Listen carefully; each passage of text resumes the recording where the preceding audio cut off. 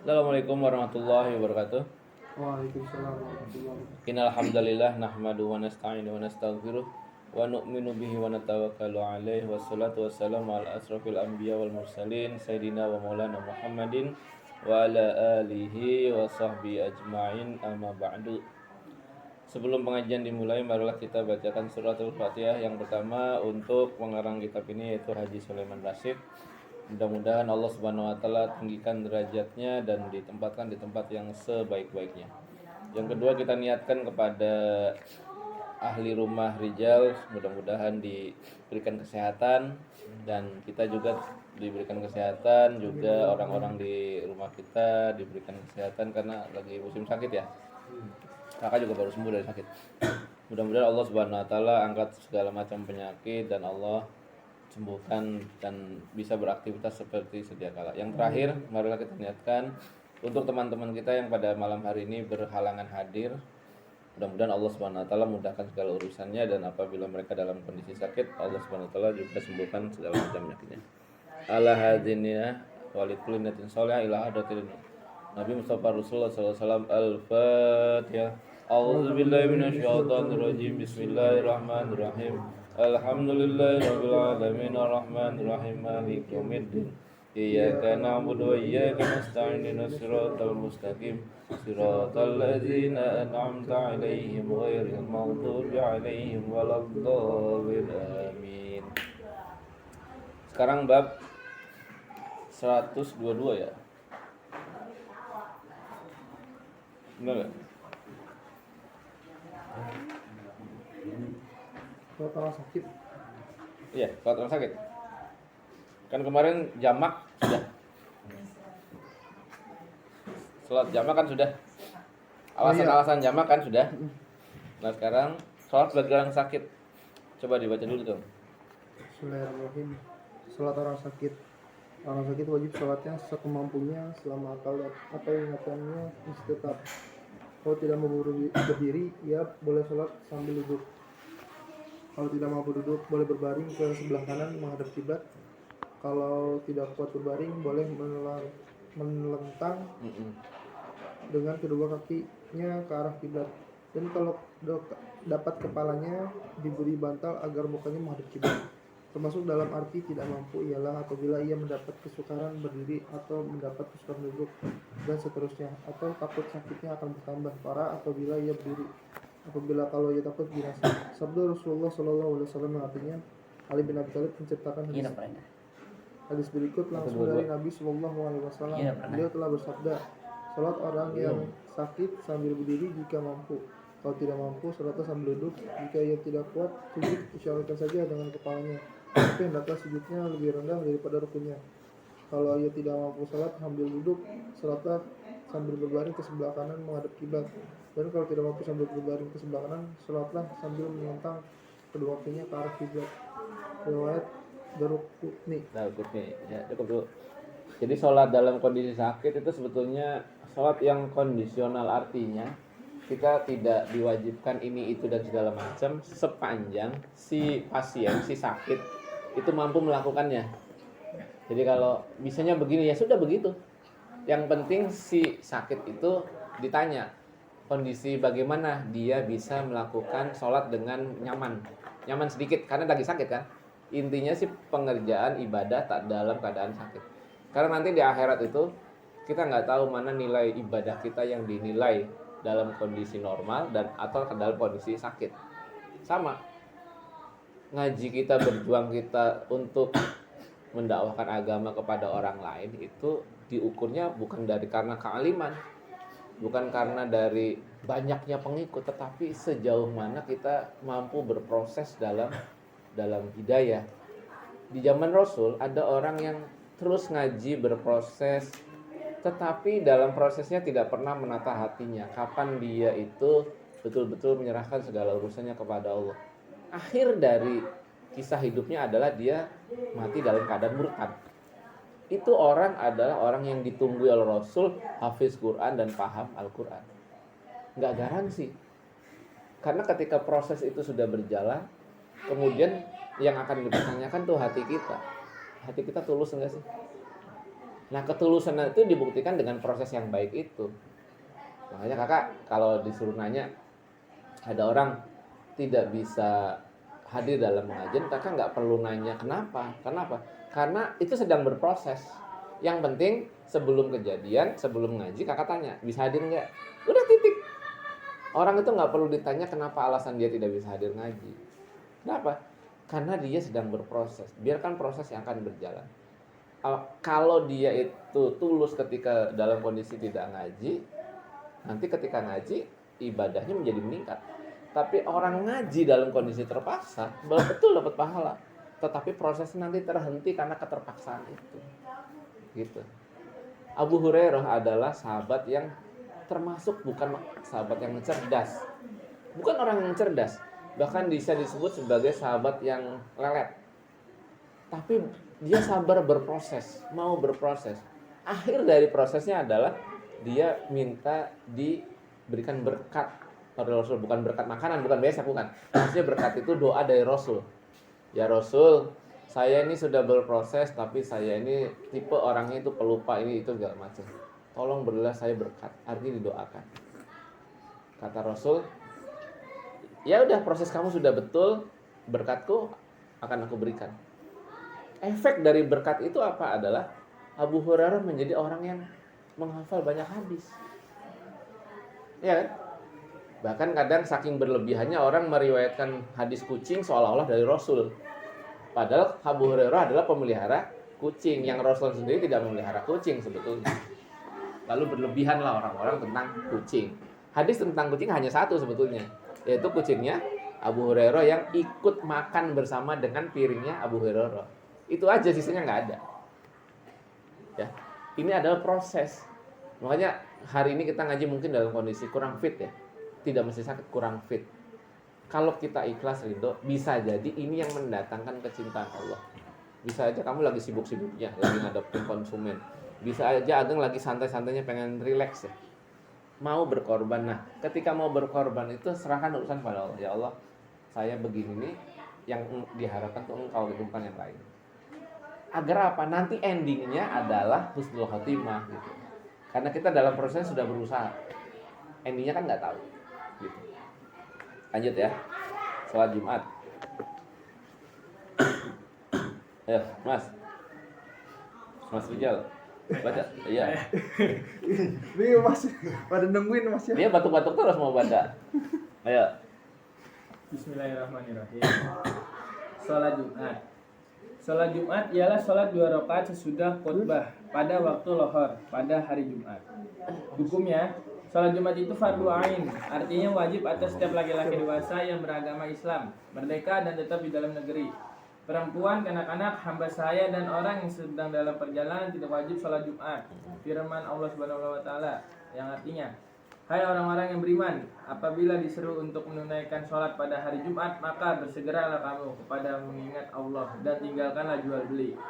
Yang dimaksud dengan jual beli ialah segala pekerjaan selain dari urusan sholat. Nah, stop dulu. Allah melarang jual beli itu maksudnya bukan berarti jualan nggak boleh, bukan.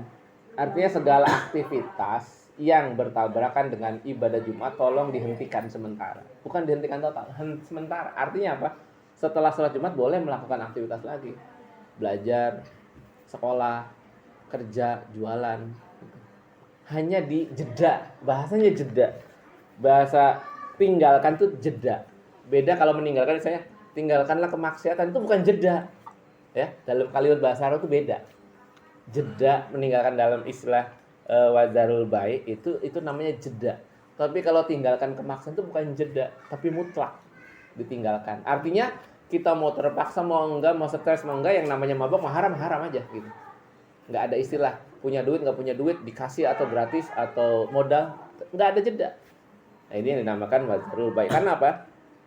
Allah Subhanahu wa taala pengen memberikan satu hari khusus untuk orang Islam, bahwa di mana dia bisa bersyukur atas kelebihan dari suatu jumlah hari.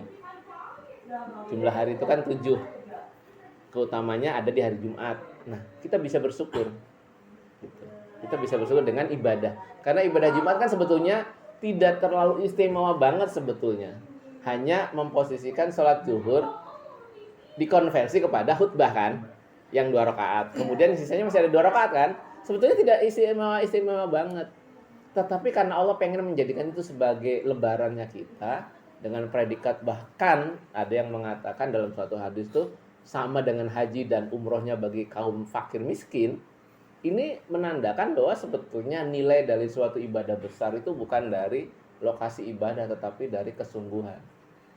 Kalau kita ada rukun Islam haji, ya kita kan nggak mampu. Tapi kan kita pengen mencapai derajat itu, dikasih hari Jumat. Untungnya di situ. Dan juga hari Jumat adalah hari di mana kita bisa memfokuskan diri hanya ibadah kepada Allah yang kita niatkan dari sehari sebelumnya. Makanya kakak pilih ngaji itu hari Jumat. Biar sempurna. Iya, istimewa. Bukan berarti nggak dipikirin, kakak udah pikirin. Karena apa? Kamu akan berkorban di siang hari dengan meninggalkan aktivitas jeda sholat Jumat, kemudian ditambah ngaji di malam hari, gitu maksudnya, gitu loh. Bisa saja kakak bikin pengajian hari Sabtu, ya kan? Atau hari Kemisnya, malam Jumatnya, bisa. Tetapi itu enggak membuat kakak menjadi sekaligus. Ya sebetulnya kalau bicara hari ya sekarang hari Sabtu namanya. Iya, ganti kalau Ya. ikutin Islam. Iya, hari Sabtu. Tetapi ada rangkaian yang namanya penutup hari gitu. Dari Jumat kamu dapat keutamaan sholat Jumat, kemudian dirangkai ditutup dengan awal hari yaitu hari Sabtu gitu. Nah, itu suatu kemuliaan sendiri. Kalau dalam beberapa kitab memang aktivitas yang baik selain ngaji itu dimulai hari Rabu. Tapi itu bukan sesuatu yang wajib ya. Artinya para ulama-ulama itu membiasakan diri memulai aktivitas itu di hari Rabu. Kalau kita kan di hari Senin ya. Ya bagus juga, nggak ada masalah sebetulnya. Yang penting keniatan kita. Makanya kakak bilang, kakak tidak terkesan dengan jumlah kalian hadir berapapun. Selama mau mengkaji, nggak ada masalah. Nggak ada masalah jumlah berapapun. Karena kata Rasul, andai kata manusia itu tidak mau menerima risalahku, sementara hanya jin yang mau datang kepadaku, akan aku ajarkan. Dan terbukti ketika dalam kejadian di kasus Taif. Hanya 1 orang yang mau beriman. Orang itu namanya Adas.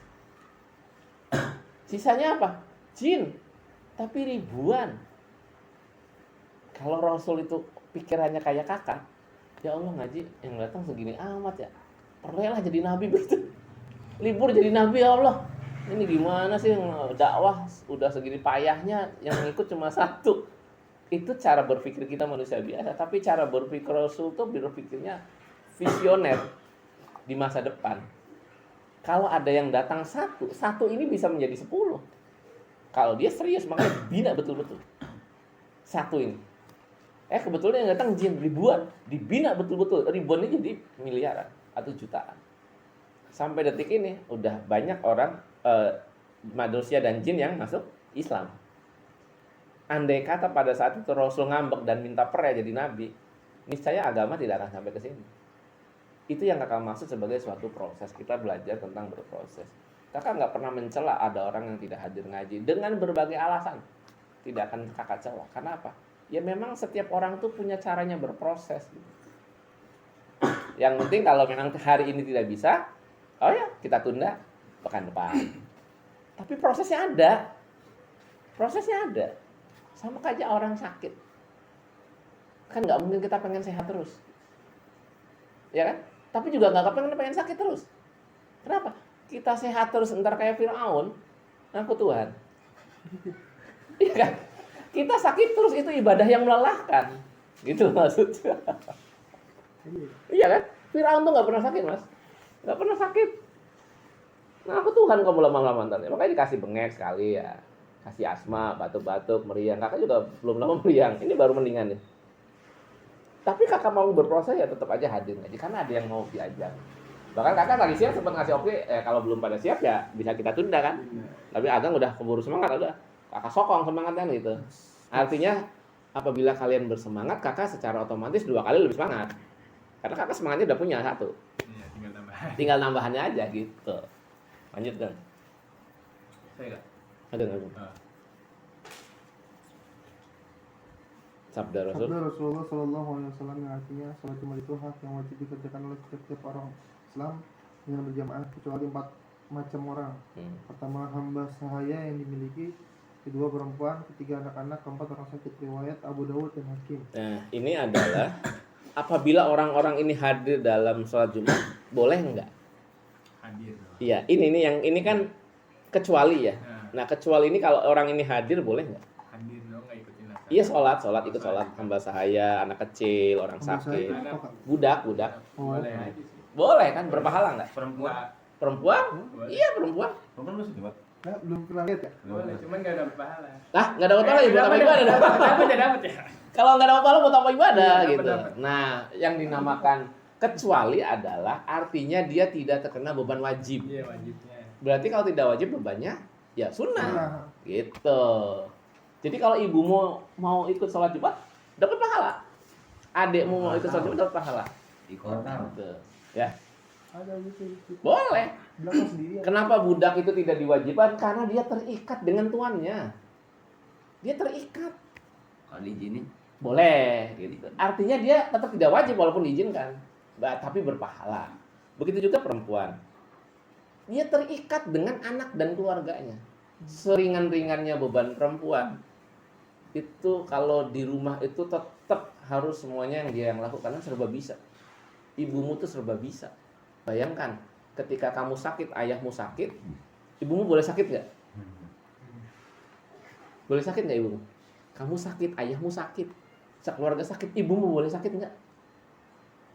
Nah itu makanya kenapa derajat ibu tuh sangat tinggi, karena tadi ketika semuanya dapat hak sakit, ibumu nggak bisa sakit. Kenapa? Dia harus ngurusin semua. Tapi berbahagialah yang masih punya orang tua. Kenapa? Kamu berhadapan dengan orang-orang yang memiliki keramat besar. Keramat besar. Artinya kamu nggak perlu berkunjung ke makam-makam yang dikeramatkan. Cukup jaga keramat di rumahmu aja. Yaitu orang tua. Nah yang kedua adalah anak-anak. Anak-anak sepanjang dia bisa menjaga tidak najis, boleh. Dan berpahala. Buat siapa? Buat dia dan orang tuanya. Jadi yang dijaga najisnya. Kalau mau masalah dia berisik ya biasa, namanya bocah.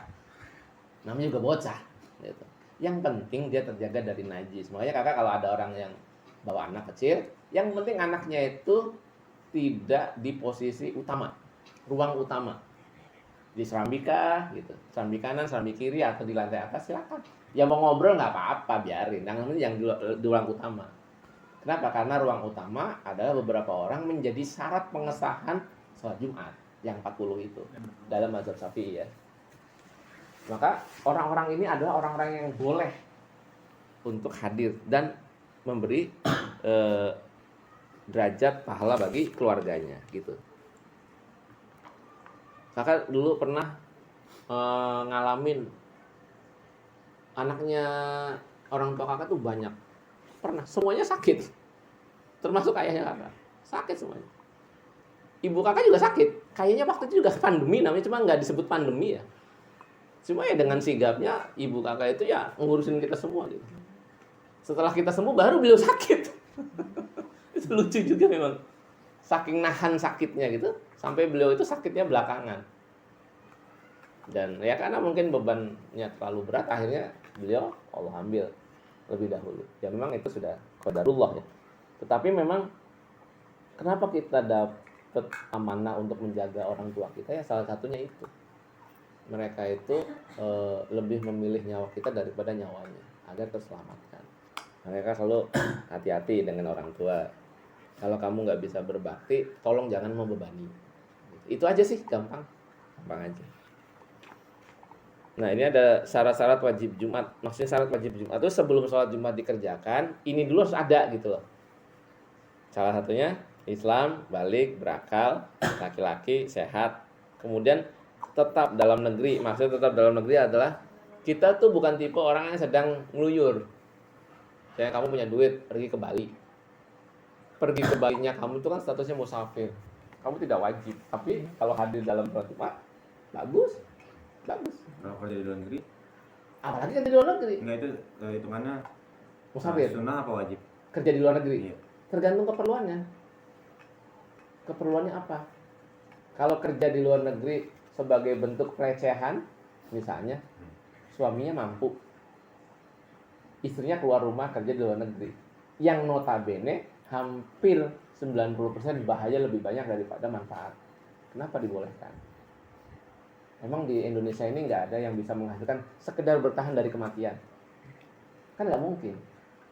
Tapi kalau kita bicaranya karena ngeliat ke atas, pengen punya ini, pengen, udah repot, ngomong begitu repot.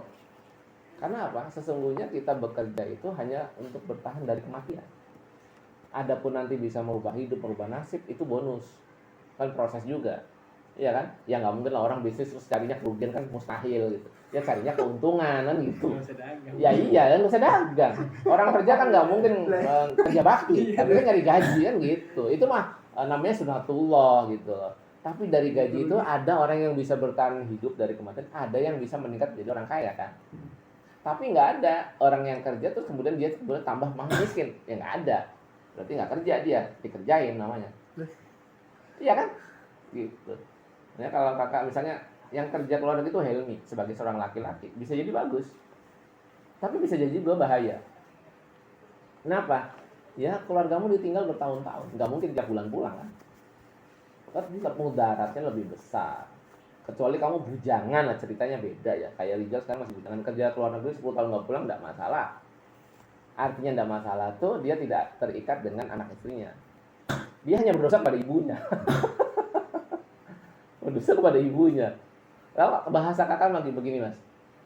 Sesuatu yang diperjuangkan kalau tidak terlalu besar kita ngoyo. Kita keluar negeri yang dicari uang. Emang di sini nggak ada. Kalau ilmu kan beda. Ilmu itu kan derajat. Derajat di mata Allah secara kealiman. Ya mungkin ilmu kita nggak kalah dengan luar negeri ya. Kayak model Arab Saudi, Mesir. Kita kalahkan mereka juga bisa. Di pondok-pondok pesantren sekarang udah banyak yang bisa ngarang kitab. Masa bahasanya ada sesuatu itu di branding, ada yang tidak di branding. Kesannya sekolah agama kalau Timur Tengah tuh hebat gitu ya. Kesannya brandingnya tuh kuat. Tapi kalau mondok di kampung kayaknya ini banget ya. Jelek gitu. Iya kurang keren gitu, dekil. Padahal belum tentu lebih alim mereka itu dari kita. Kita nggak pernah ragu dengan kemampuan ulama-ulama kita ya yang ada di Indonesia. Kayak selevel Gus Baha, Kiai Haji Quraisy Shihab, Kiai Haji Akil Siroj, yang notabene beliau itu juga paham segala macam ilmu kuno dalam agama. Kita nggak perlu takut. Kenapa? Kita sudah punya SDM yang kuat. Tinggal nge-branding aja sebetulnya. Kan kalau kita bicara hebat mana Gontor sama Al-Azhar, kan selalu begitu. Hebat Al-Azhar. Akan kita ngomong begitu. Ini bisa jadi hebat dalam bahasa branding. Tapi bahasa kealiman belum tentu orang Al-Azhar lebih alim daripada orang Gontor. Atau orang Gontor kalah dengan orang dari mana? Saudi Arabia. Belum tentu. Pesantren-pesantren yang kuat keilmuannya itu banyak. Salah satunya itu ya di Jombang. Kita terlalu banyak berita negatif tentang pesantren sih. Pencabulan mulu, pencabulan lagi. Yang lagi viral itu. Iya, yang lagi viral. Jadi pembunuhan karakternya kuat. Memang di luar negeri nggak ada begitu. Ada mas. Nah, tidak terjadi pembunuhan karakter. Bahkan yang namanya agama sebelah aja, kasus-kasus pelecehan seksual itu ada. Namanya manusia, kejahatan itu di mana-mana ada. Gitu. Pasti ada. Lanjut ya, Mas Awab. Syarat sah mendirikan Jumat. Minum dulu Mas biar nggak batuk. Syarat wajib. Syarat sah. Ya.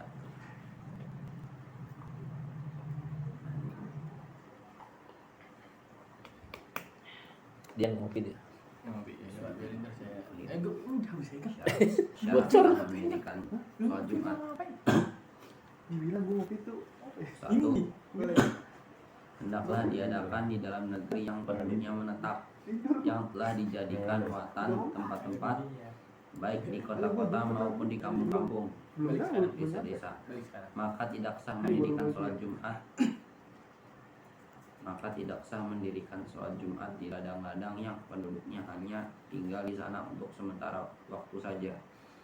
Di masa Rasulullah SAW dan di masa sahabat yang 4, Jumat tidak pernah didirikan selain di negeri yang penduduknya menetap. Nah, Ini yang jadi batasan bahwa orang-orang itu harus meninggal menetap, maksudnya kalau zaman dulu itu kan orang-orang meladang itu kan pergi jauh dulu ya, pergi jauh meladang itu biasanya seminggu baru pulang.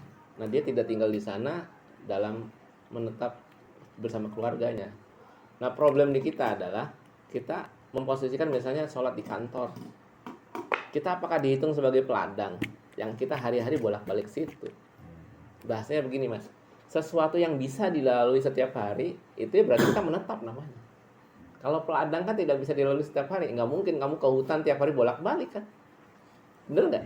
Sekarang kakak kerja di Cikarang, kemudian kerja dari Cikarang, sementara pekerjaannya di Babelan, itu hari-hari bisa dilalui.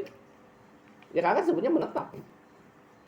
Hanya saja kan kalau zonasi sholat Jumat itu kita ada yang disebut warga yang menetap asli warga ketempatan, kakak kan pendatang. Jadi kakak tidak terhitung sebagai orang yang menetapkan sholat Jumat. Ini adalah teknik bahasa zaman dulu untuk menetapkan sahnya tidak sholat Jumat. Sekarang orang Islam sudah di mana-mana. Orang Islam sudah ada di mana-mana. Itu. Relativitasnya sudah mulai berkurang. Sehingga apa? Ya kita sholat di mana aja, mengadakan sholat Jumat di mana aja menjadi hal yang baik. Gitu. Bisa dipahami ya? Kamu di Babelan juga sholat Jumat, di Bekasi sholat Jumat, Cikarang sholat Jumat. Semua sholat Jumat. Hampir semua. Itu loh maksudnya. Jadi nggak ada masalah lah kita mau dimanapun. Problemnya adalah ketika kita datang, kita mantap nggak sih dengan model keyakinan seperti itu? Kan ada ya beberapa orang, tidak banyak, ada. Setelah sholat Jumat kemudian sholat zuhur. Kalau bahasa kakak disebutnya itu konyol. Karena apa? Satu kewajiban itu akan menggugurkan kewajiban, bukannya menimbulkan kewajiban baru. Habis sholat Jumat sholat zuhur. Iya. Itu biasanya dipakai sama ini. Apa ya? Apa? Biasanya sholat. Grup apalah gitu, Iya, kakak nggak tahu, kakak pernah lihat gitu Iya. Apa di gitu? daerah pedalaman Bekasi ya. Kakak pernah lihat ada orang habis sholat zuhur, habis sholat Jumat kemudian sholat zuhur. Berarti sholat Jumat itu menggugurkan apa? Itu loh maksud kakak. Sedangkan sholat Jumat itu adalah pengganti dari sholat zuhur. Kalau tidak ada sholat Jumat ya sholat zuhur gitu. Tidak terlalu lantas dikerjakan dua-duanya. Masa kita udah pakai sarung, pakai jilbab? Kitanya apa sebetulnya gitu. Kan pilih salah satu aja. Kalau kita laki-laki ya pakai sarung. Kalau kita perempuan pakai jilbab gitu maksudnya. Jangan semuanya diembat. Lantar kenapa nggak sekalian sholat asar, qadha, atau jamak qashar? Babat aja semua udah. Kadang kita beribadah juga berlebihan. Seolah-olah ini tidak sah, kemudian kita maksa mengerjakan itu, tetapi juga mengulang dengan yang lain. Lah buat apa? Satu kewajiban itu harus dilaksanakan, ketika tidak memenuhi syarat, ya berarti ganti dengan yang lain. Gitu. Contoh, kamu nggak ada alat berwudu. Apakah kita harus maksa nyolong air? Kan nggak perlu, ada gantinya apa? Tayamum gitu loh. Gampang. Lanjut mas. Stop. Dua berjamaah. Karena di masa Rasulullah SAW sholat Jumat tidak pernah dilakukan sendiri-sendiri. Bilangan jamaah menurut pendapat sebagian ulama sekurang-kurangnya adalah 40 orang laki-laki dewasa dari penduduk negeri. Ulama yang lain mengatakan lebih dari 40. Sebagian lain berpendapat cukup dengan 2 orang saja, karena 2 orang pun sudah dapat dikatakan berjamaah. Tentang bilangan ini sungguh banyak sekali pendapat, tetapi karena kitab ini hanya untuk seperlunya serta dengan ringkasnya saja, maka pendapat-pendapat mazhab dan keterangan-keterangan satu persatunya tidak dapat diterangkan di sini. 3. Hendaklah dikerjakan di waktu lohor. Dari Anas, Rasulullah SAW sholat Jumat ketika matahari telah tergelincir. Riwayat Bukhari. 4. Hendaklah didahului oleh 2 khutbah. Dari Ibnu Umar, Rasulullah SAW berkhutbah 2 khutbah pada hari Jumat dengan berdiri, dan beliau duduk di antara 2 khutbah itu. Riwayat Bukhari dan Muslim. Nah, ini ada jumlah tentang sholat Jumat. Kalau di Indonesia memang tidak masalah tentang jumlah ya. Yang ada adalah kebiasaan kalau kamu biasa sholat Jumat terus kalau nggak sholat Jumat rasanya nggak enak gitu, yang biasa rutin. Sementara ketika kita mengadakan sholat Jumat ternyata jamaahnya kurang. Kalau cerita dari Gus Baha itu kan ya sudah kerjakan sholat Jumat gitu, nggak perlu ngulang juga dengan sholat zuhur gitu. Karena kita sudah terbiasa sholat Jumat gitu.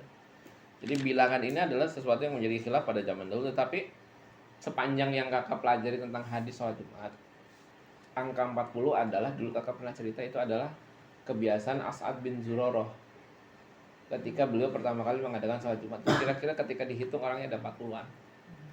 Sedangkan di masa Rasul tetap menjalankan sholat Jumat ketika jumlahnya 12 orang, sementara sisanya kabur gitu. Sementara kabur. Tetapi ada yang mengatakan pendapat sholat Jumat tetap 2 orang juga sah. Ini namanya konsep dasar jamaah. Kalau kakak tidak sepakat. Kenapa? Konsep dasar jamaah tidak menjadikan konsep dasar Jumat. Tapi konsep dasar Jumat merupakan konsep dasar jamaah. Bisa dipahami ya? Tidak semua orang yang bisa berjamaah 2 orang atau lebih kemudian mengadakan sholat Jumat. Tetapi orang yang mengadakan sholat Jumat sudah pasti lebih dari 2 orang. Gitu loh. Ya kalau kamu 6 orang, pede nggak kamu mengadakan sholat Jumat? Nggak pede kan? Duhur aja lah, duhur. Sendiri-sendiri. Dikit amat lah. Gentar sendiri kita. Secara alamiah orang itu akan gentar. Tapi kalau kelihatan rame ada, ya walaupun 40 atau 30 berapa gitu, kelihatannya rame kan enak, berani gitu, nyalinya kuat. Itu secara alamiah manusia itu seperti itu gitu loh. Konsep jamaah itu ya begitu. Makanya kalau kakak mengatakan 2 orang itu konsep jamaah, tapi tidak mencukupi untuk konsep Jumat. Tetapi semua konsep Jumat meliputi konsep jamaah gitu. Sederhana banget sebetulnya. Jadi ya kita jangan maksa-maksa lah, nggak usah dengan sholat Jumat dengan berdua saja itu maksa banget kesannya. Andai kata maksa banget, nanti kita bisa sholat di rumah-rumah masing-masing. Kenapa sholat Jumat itu harus rata-rata di atas jumlahnya orang banyak agar bisa di masjid? Karena konsep jamaah boleh di rumah, ya kan? Kamu kan boleh berjamaah di rumah dengan anak, keluarga, orang tua, boleh kan? Konsep jamaah tuh boleh di rumah. Kenapa konsep Jumat di masjid? Ya tadi biar rame, jumlahnya banyak. Konsep Jumat gitu. Kemudian dikerjakan di waktu lohor. Ya memang pilihannya waktu lohor itu ada lohor yang awal, ada lohor yang akhir. Ada beberapa paham yang mengatakan hanya ada di lohor akhir, jelang asar dia malah. Kakak tidak sepakat kalau itu. Tidak sepakat. Ada juga yang mengatakan khutbah Jumat itu tidak perlu 2 khutbah. Ya, memang jumhurnya ulama 2 khutbah. Tapi perkaranya duduk atau tidak itu yang jadi persoalan juga. Zaman Rasul emang sediain kursi. Sedangkan Rasul itu yang menjadi mimbarnya adalah tombaknya. Lalu mau duduk di mana? Yang ada bersandar, iya. Rasul tuh kalau selesai berkhutbah 1, kemudian khutbah 2, di jeda itu bersender. Bersender di pelepah kurma, di batang kurma yang jadi tiangnya Masjid Nabawi. Iya, nyender aja. Lalu mulai lagi gitu. Iya, menandakan itu berhenti. Ya mungkin sekarang dipahami sebagai kursi duduk gitu. Ya nggak mesti duduk juga, gitu. Nggak mesti duduk juga. Tetapi kalau menjeda khutbah itu memang sangat kuat. Makanya konsep khutbah itu sama, baik Id maupun Jumat. Hanya saja kalau Id itu dahuluan sholat daripada khutbah. Kalau khutbah Jumat dahulu daripada sholat. Tetapi di zaman Sayyidina Utsman, sholat Id pernah khutbahnya lebih dahulu. Kayak di sini juga pernah ya? Pernah kayaknya. Di mana? Di sini di Peru, Alika ke Peru mungkin pernah. Pernah ya? Saya juga pernah. Pernah ya? Iya, kayaknya pernah. Khutbah dulu baru Iya. sholat. Boleh. Artinya tergantung kepentingan, tergantung keperluan. Tetapi kalau kita syariatkan sebelum sholat khutbah nggak boleh. Karena prakteknya di masa Rasul setelah sholat gitu. Tapi kalau kita mendahulukan sholat sebelum khutbah Jumat, ya salah juga. Rasul tidak melakukan itu seumur hidupnya, gitu. Paham ya? Gitu. Udah 9:30, ditutup dulu ya. Nanti boleh ada sesi pertanyaan. Demikian tadi yang sudah disampaikan tentang sholat Jumat dan sholat untuk orang sakit. Kita sambung pada kesempatan pekan depan. Subhanaka Allahumma wa bihamdika asyhadu an la ilaha illa anta astaghfiruka wa atubu ilaik. Assalamualaikum warahmatullahi wabarakatuh. Iya sama. Belum jepek kan? Hah? Belum jepek. Apa? OTW. Kemarin kita membahas tentang etika atau tata krama ketika masuk toilet. Salah satunya adalah membaca doa di dalam hati ketika berada di pintu. Salah satu contoh doanya, Allahumma inni a'udzubika minal khubuthi wal khaba'is, atau Bismillah a'udzubillah minal rijzi wan najis. Nah, itu salah satu doanya. Kemudian ketika kita memasuki toilet, kita disunahkan didahulukan dengan kaki kiri karena identik tempat-tempat yang menjijikan atau tempat di mana potensi najis yang besar, maka kita menggunakan kaki kiri. Dalam satu riwayat dikatakan ketika memasuki pasar pun seperti itu, masuknya dengan kaki kiri, keluarnya dengan kaki kanan. Walaupun ada yang mengatakan memperdebatkan bahwa sisi kemanfaatan pasar jauh lebih banyak daripada sisi kemanfaatan toilet. Tetapi karena Nabi mengatakan ketika masuk kepada pasar itu kita diminta berlindung pada Allah, ya memang konsekuensinya setiap kata-kata yang kaitannya dengan berlindung maka kita gunakan kaki kiri ketika berlengkah. Berbeda ketika kita mau buka Al-Quran. Ketika buka Al-Quran mau tilawah kan diminta berlindung pada Allah kan. Tapi apakah kita ngambilnya itu dengan tangan kanan atau tangan kiri? Tentu tangan kanan ya, membukanya dengan tangan kanan. Karena Al-Quran itu berbeda. Al-Quran itu walaupun kita itu diminta berlindungnya karena potensi gangguan ketika mau membaca Al-Quran, bukan tempatnya, bukan Al-Qurannya, beda. Jadi untuk kasus tilawah Al-Quran itu memang kita diminta berlindung. Bahkan beberapa ulama menambahkan setelah bertawuf kita membaca basmalah, kemudian diakhiri dengan sadaqallah. Walaupun ada beberapa ulama yang kayaknya baru tahu juga dalil-dalilnya sadaqallah itu katanya tidak maksud, tidak warid. Padahal ulama di kalangan mereka sendiri kalau habis baca Al-Quran itu bacanya sadaqallah. Ada beberapa riwayat tentang mengakhiri bacaan Al-Quran. Ada yang sadaqallah, ada yang membaca tasbih, ada yang baca takbir, macam-macam. Intinya adalah menjeda. Kalau kita lihat yang biasa tahlil aja, yang biasa tahlil. Kalau kita selesai tahlil baca Qul huwallahu menuju kepada Al-Falaq itu kan biasanya didahului dengan takbir, ya, tahmid atau dengan tasbih. Ini adalah untuk menjeda, kan nggak mungkin kalau misalnya Rasul mengajarkan berpindahnya dari baca Al-Quran kepada Al-Quran berikutnya kita diam, itu tidak. Karena kita diminta untuk terus-menerus melakukan wirid, zikir kepada Allah. Bahkan ketika takbir satu dengan takbir yang kedua di dalam sunnah sholat Id, kan ada rakaat pertama 7 kali takbir, rakaat kedua 5 kali.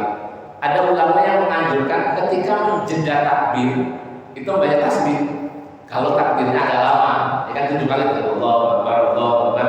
Kalau imamnya agak lama, terus kita merasa imamnya kelamaan, masih ada ruang untuk berzikir, kita berzikir, jangan diam saja gitu. Jangan diam saja. Kenapa tidak boleh diam saja? Khawatir kita melamun. Khawatir kita melamun. Makanya kalau dalam sujud kita diperbanyak baca tasbih. Tapi kalau jadi imam nggak boleh banyak-banyak. Harus sekurangnya saja. Tapi kalau lagi sujud, lagi ruku, itu diminta baca tasbih atau takbir atau tahmid. Justru di situ dilarang baca Al-Quran. Nah, ini uniknya. Uniknya dilarang baca Al-Quran. Jadi macam-macam kan. Teknik-teknik di dalam berzikir pada Allah itu macam-macam. Yang penting memang warid atau tidaknya dari Rasul melakukan atau tidak. Nah, ini yang kita pelajari. Dalam zikir ketika keluar dari toilet pun kita diajarkan membaca doa Ghufronaka alhamdulillahilladzi adhaba 'anil wa afani, atau alhamdulillahilladzi adhaba 'anil 'azab. Kita diminta berdoa, tapi ketika di dalam toilet, maka Rasul menganjurkan dalam hati. Dalam hatinya pun tetap berdoa, karena potensi di dalam toilet itu adalah keburukan. Maka kemarin saya pernah bilang kepada bapak-bapak, Jangan merencanakan sesuatu ketika berada di toilet. Mikirin apapun udah jangan. Khawatir kita dapat ide marah di toilet, khawatir ya gitu. Khawatir itu ide-ide yang dipengaruhi dengan aura buruk dari setan atau pengaruh-pengaruh buruk dari najis, sehingga sesuatu yang dihasilkan itu tidak baik, minimalnya tidak berkah. Kalau memang sesuatu itu menjadi tidak berkah, maka bawaannya menjadi buruk. Kemudian dianjurkan juga kita menggunakan penutup kepala apa saja, bisa peci, bisa topi, bisa handuk. Minim-minimnya begini. Nah begini, andai kata nggak ada sekali gitu kalau masuk toilet tuh begini. Cuma kalau memang dikondisikan toiletnya ada semacam handuk kecil, ya baiknya ditaruh handuk kecil ya. Karena paman-paman saya itu kalau di kampung memang menyediakan handuk kecil di sini. Bukan mau narik beca, bukan. Memang kalau mau ke toilet ada handuk kecil gitu baru taruh di kepala. Karena beliau itu sudah kurang terbiasa menggunakan peci, maka disediakan handuk kecil. Jadi ada maksudnya. Maksud secara spiritualitasnya adalah ya memang itu tempat di mana setan berkumpul. Tetapi secara kebaikannya, secara lahiriahnya memang ketika orang hilir mudik menuju toilet ada potensi kotoran yang mungkin menempel pada dinding. Karena kemudian dibersihkan dan tidak lolos dalam kebersihannya atau mengering, jadi sesuatu yang memberikan kesan buruk, apakah itu kotor, jorok, segala macam. Nah ini adalah merupakan bagian dari menjaga itu. Seperti kalau kita upacara bendera, menggunakan topi itu kan fungsinya bukan menghormat, bukan untuk karena hormat, tetapi memang panas. Maka topi kita kan ada capnya itu. Ya tujuannya itu menghindari panas. Salah satunya itu. Lalu andai kata dia upacaranya mendung, kira-kira masih pakai topi nggak? Ya masih, karena ada potensi panas begitu. Kira-kira begitu lah di dalam adab-adab ketika berada di toilet. Kemudian kita dianjurkan untuk menggunakan alas kaki. Kemarin sudah dijelaskan kalau di hotel-hotel berbintang memang disediakan alas kaki yang tipis untuk orang yang berada di toilet. Walaupun toilet di hotel-hotel berbintang itu ya sudah garansi pasti bersih ya, karena memang terbuat dari bahan-bahan keramik yang bagus dan juga memang sangat memadai sekali untuk menjaga kebersihan. Nah itu beberapa etika untuk ke toilet. Nah sekarang ketika berada di luar toilet kita mengadakan qadaul hajah tapi di luar toilet. Bismillahirrahmanirrahim. Wa in kunta, maka apabila Anda fis sahra'i, berada di dalam suatu padang luas, lapangan. Kalau orang Jawa nyebutnya orok-orok. Jadi sebuah tempat yang tidak ada penghalang. Faba'id, maka jauhkanlah an uyunin nazirin, dari pandangan orang-orang yang melihat.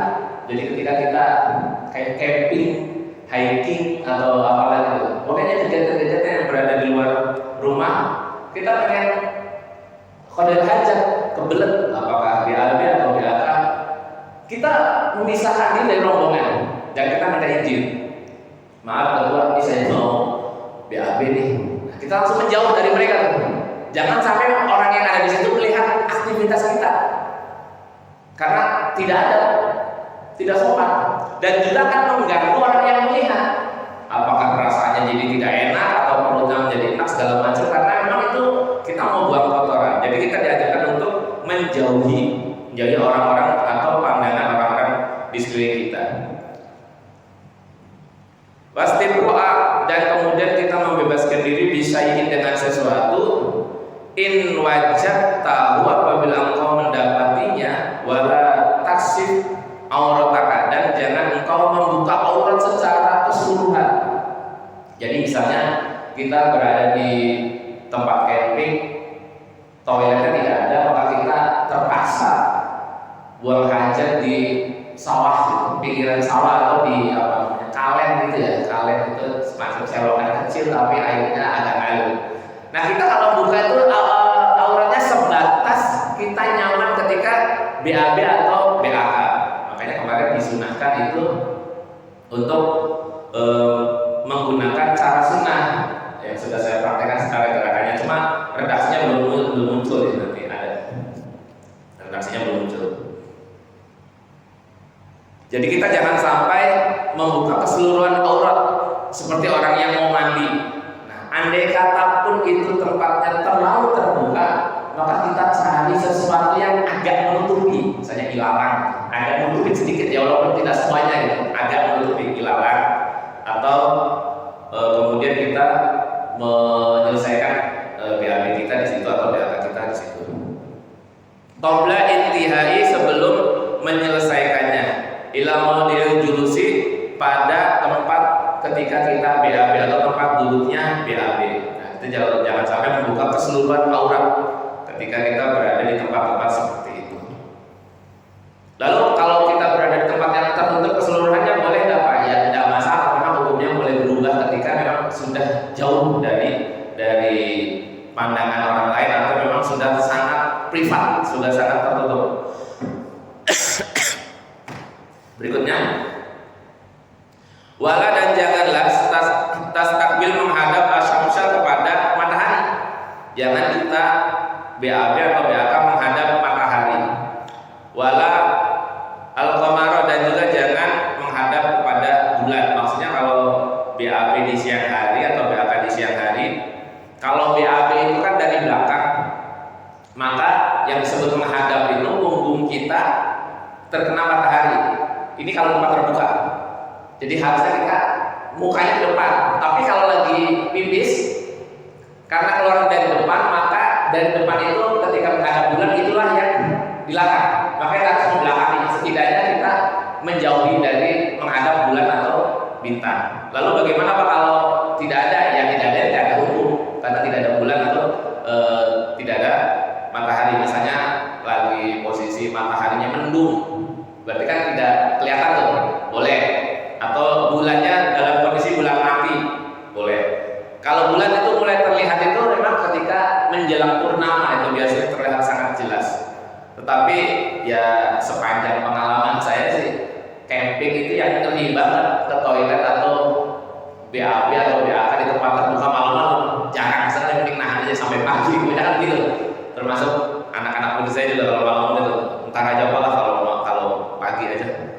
Gak enak juga perasaannya kayak gitu. Padahal ya secara manusiawi memang kita berada di tempat yang keamanannya tidak terjamin, setidaknya mengganggu kita dalam melakukan qada'ul hajat. Wala stabtadbirha, dan wala liqamara, dan jangan menghadap kepada bulan. Wala tastaqbil, dan jangan menghadap al-qiblata kepada kiblat. Nah, kalau kita di tempat terbuka enggak boleh menghadap kiblat. Cuma memang tradisi ulama-ulama kita selalu membuat sesuatu melewati dari sesuai batasan. Kita mengambil keutamaan. Toilet kita itu rata-rata dibuat tidak menghadap kiblat. Rata-rata. Walaupun sudah tertutup, itu sudah bagus sekali. Ya walaupun ketika menghadap kepada kiblat hukum itu sudah tidak kena sebetulnya, karena yang diminta adalah ketika berada di tempat terbuka. Kenapa menghadap kiblat itu tidak boleh? Ya karena tidak sopan, kurang bagus saya kita bersin di hadapan orang tua, tapi nggak tutup muka, itu kan nggak sopan. Secara bahaya mungkin tidak ada bahaya, cuma zaman sekarang aja karena muncul COVID, jadi apa-apa harus pakai masker. Kalau secara bahayanya ya, kalau kita sudah pakai masker, sudah vaksin segala macam, ketika kena, emang ada obatnya? Nggak ada juga. Tetap nggak ada juga. Obatnya apa? Ya istirahat aja. Ya pada akhirnya manusia itu akan kembali kepada kelemahan dia sendiri ketika dia mengatakan penyakit ini itu. Ketika ditanya obatnya ada nggak ada. Ya sudah, sesuatu itu menjadi kembali kepada diri kita. Padahal kalau memang sudah ada obatnya, kenapa kita harus capek-capek nutup muka di depan orang? Yang pada akhirnya manusia itu membuat repot dirinya sendiri. Di zaman dahulu ada nggak Pak orang kena wabah seperti itu? Ada. Tetapi setiap dilakukan suatu ikhtiar, ya ikhtiar itulah jadi obatnya. Ketika Ammar bin As membuat ikhtiar penyakit pes itu mewabah di daerah namanya Syam, kemudian beliau meminta supaya setiap suku-suku itu memisahkan dia dengan kabilah suku-sukunya. Ada yang di bukit, ada yang di lembah, ada yang di mana. Ketika semuanya sudah terpisah, yang meninggal itu hanya yang di wilayah yang kena saja.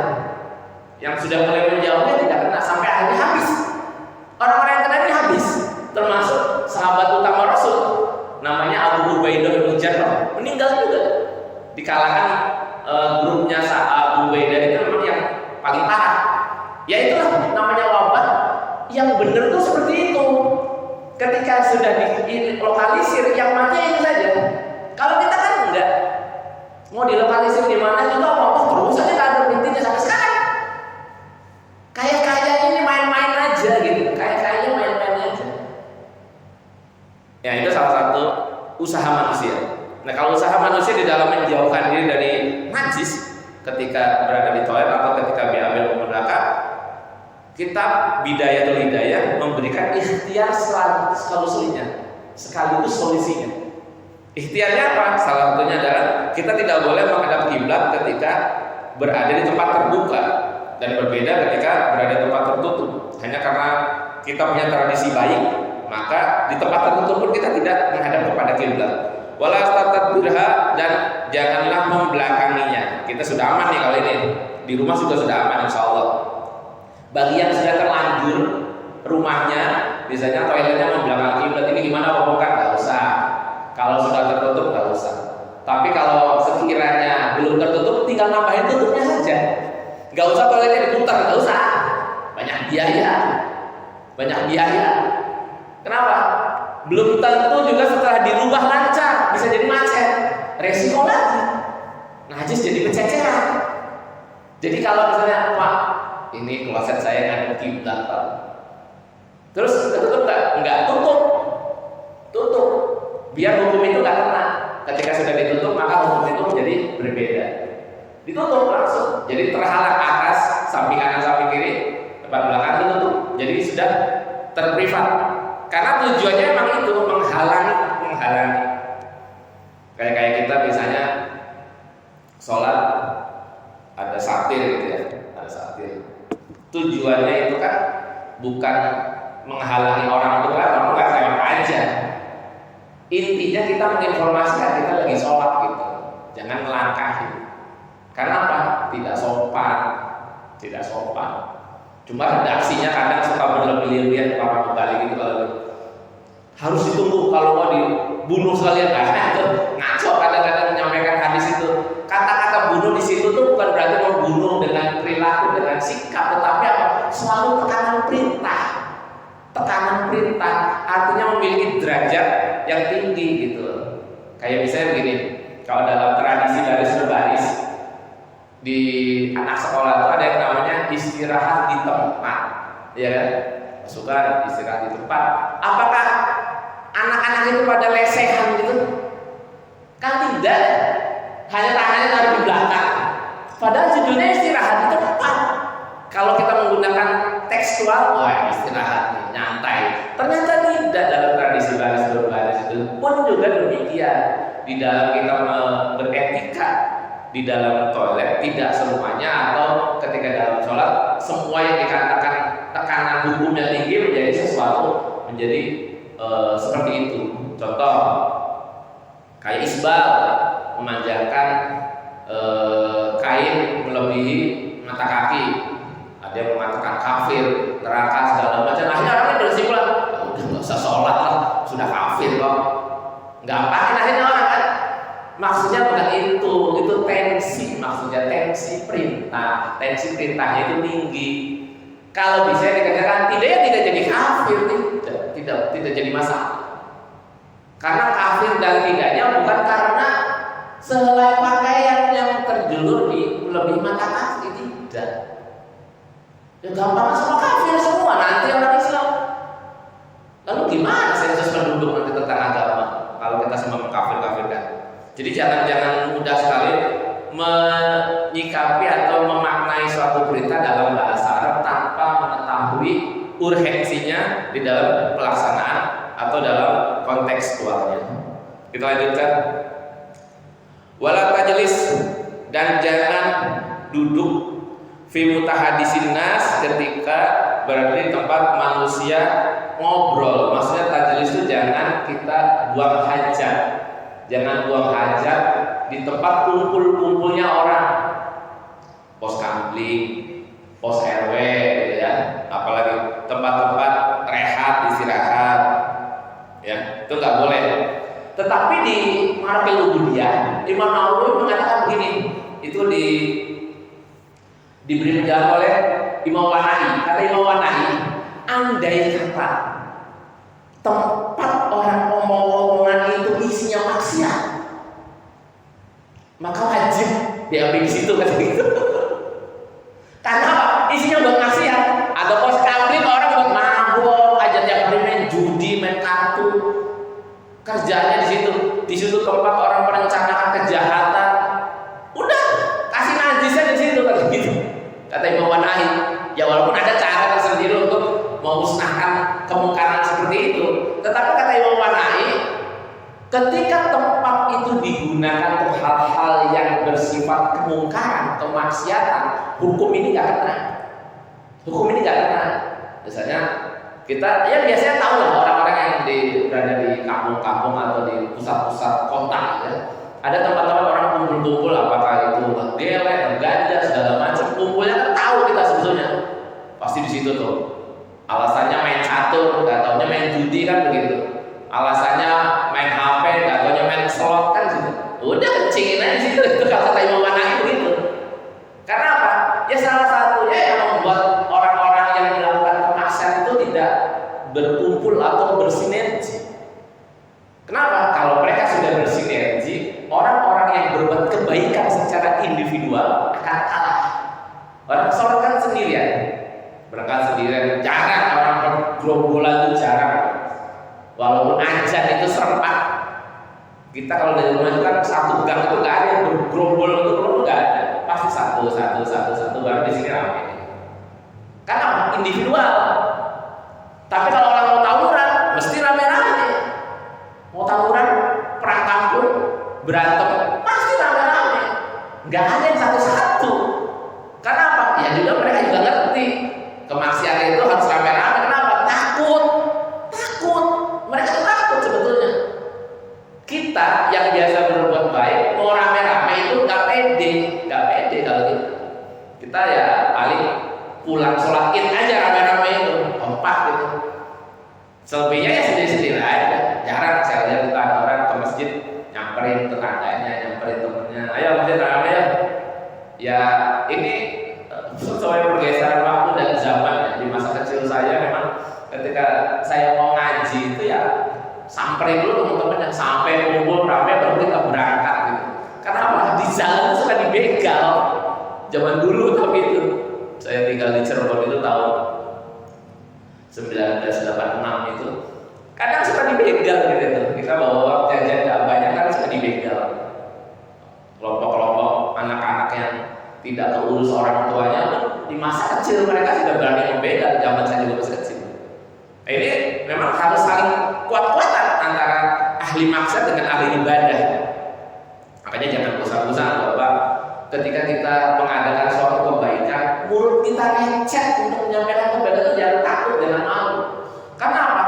Para pelaku maksiat pun melakukan hal yang sama, bahkan lebih sistematis, lebih masif, lebih terstruktur. Kita yang biasa melakukan kebaikan, notabene kita bisa dikatakan ahli ibadah, kita jangan malu mengajak orang ngaji, mengajak orang sholat, mengajak orang sholat Jumat, mengajak berbuat kebaikan.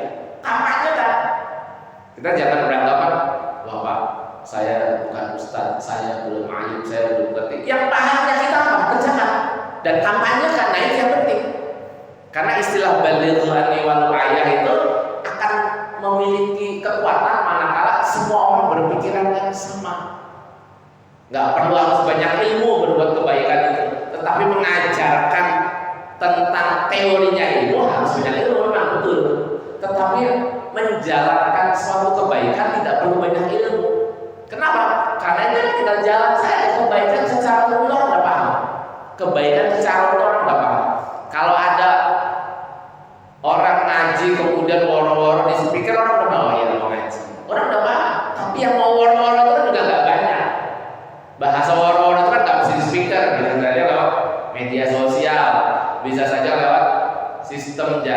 tetangga, pertemanan, keluarga itu banyak pola-pola itu. Maka kita jangan kaku dalam menyikapi tentang kebaikan itu sendiri. Ini menurut Imam Banai ya di dalam Maraqul Ubudiyah bahwa beliau menganjurkan kalau tempat itu identik dengan kemaksiatan, udah buat hajatnya di situ saja. Kenapa? Biar orang itu pada bubar maksudnya. Berikutnya, wala tabul, jangan kita pipis fil ma'ir raqid, di dalam air yang tergenang. Kita jangan ketika di tempat terbuka ya, jangan pipis di tempat yang tergenang. Kenapa? Khawatir itu air digunakan untuk sarana-sarana yang lain, misalnya untuk minum segala macam. Khawatirnya seperti itu. Atau memang ketika kita pipis di situ atau BAB di situ menjadi najis, tidak terurai. Biasanya itu air itu terurai karena sifat dari air pipis kita itu urin itu kadar masanya itu lebih berat daripada air biasa. Jadi secara kebiasaan ketika kita pipis di air yang mengenang, maka air pipis kita akan turun ke bawah. Enggak lantas menyumbat itu, karena akan turun ke bawah karena urin itu bersifat berat. Akhirnya apa? Potensi ketika semakin banyak orang pipis di situ, maka air itu jadi terkotor gitu. Makanya dianjurkan kita di tempat air yang mengalir. Jangan di tempat air yang diam. Andai kata pun kita berada di air yang mengalir, maka harus lihat arah aliran airnya kemana. Kita jangan sampai melawan arusnya. Jadi kalau kita BAB kita pipis, jangan sampai melawan arah arusnya, harus mengikuti arahnya.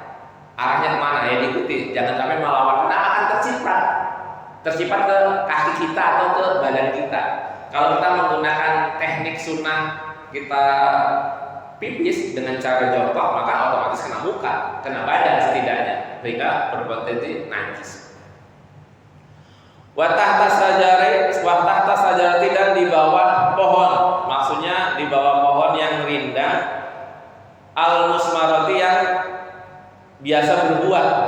Kenapa? Karena pohon yang berbuah itu diharamkan buahnya untuk diambil, maka orang akan berkumpul di situ untuk mengambil buahnya. Jadi kita jangan pipis di situ. Kalau terpaksa, jangan di situ maksudnya. Kalau terpaksa jangan di situ. Carilah pohon-pohon yang tidak berbuah gitu maksudnya. Kalau memang terpaksa, ya kalau bisa di tempat yang nyaman tentunya. Ini dalam kondisi-kondisi tertentu ya. Bisa saja dalam kondisi kita mudik atau pergi jauh. Walau fil hujri, dan jangan juga di lubang apa liang atau apa tempat-tempat yang berpotensi ada binatangnya. Khawatir kita yang terancam atau yang di dalam yang terancam. Walaupun memang ada satu riwayat mengatakan ada seseorang sahabat namanya Sa'ad bin Ubadah, katanya meninggal dibunuh jin gara-gara pipis di lubang. Saya cek riwayatnya itu memang diperselisihkan. Cuma konteks kita pipis di lubang dilarang itu tidak serta-merta karena itu tempat jin. Karena memang di situ ada makhluk Allah yang lain yang tinggal maksudnya. Apakah semut ataukah binatang-binatang apalah yang kira-kira tinggal di dalamnya, maka akan membunuh dengan air pipis kita itu. Paling tidak misalnya di dalamnya ditinggalnya kayak ular berbisa segala macam, kita yang terancam gitu maksudnya. Artinya apa? Ada potensi keamanan kita yang terganggu dan juga di dalam lubang tersebut. Ini yang dikatakan sebagai Islam rahmatan lil alamin adalah untuk mencegah kita merusak lingkungan gitu maksudnya. Jangan sampai justru kita merusak lingkungan. Apa? Kita nggak punya hak Pak. Nggak punya hak membunuh ular di tempat komunitas ular. Ular itu hanya boleh dibunuh ketika berada di dalam rumah kita, mengancam kita. Misalnya Bapak main ke Ragunan, situ kan banyak ular. Masa mau kita bunuh-bunuhin? Itu di komunitasnya kok. Atau Bapak naik gunung ke Gede Pangrango misalnya, banyak ular kita bunuh. Lah Bapak yang salah ke situ.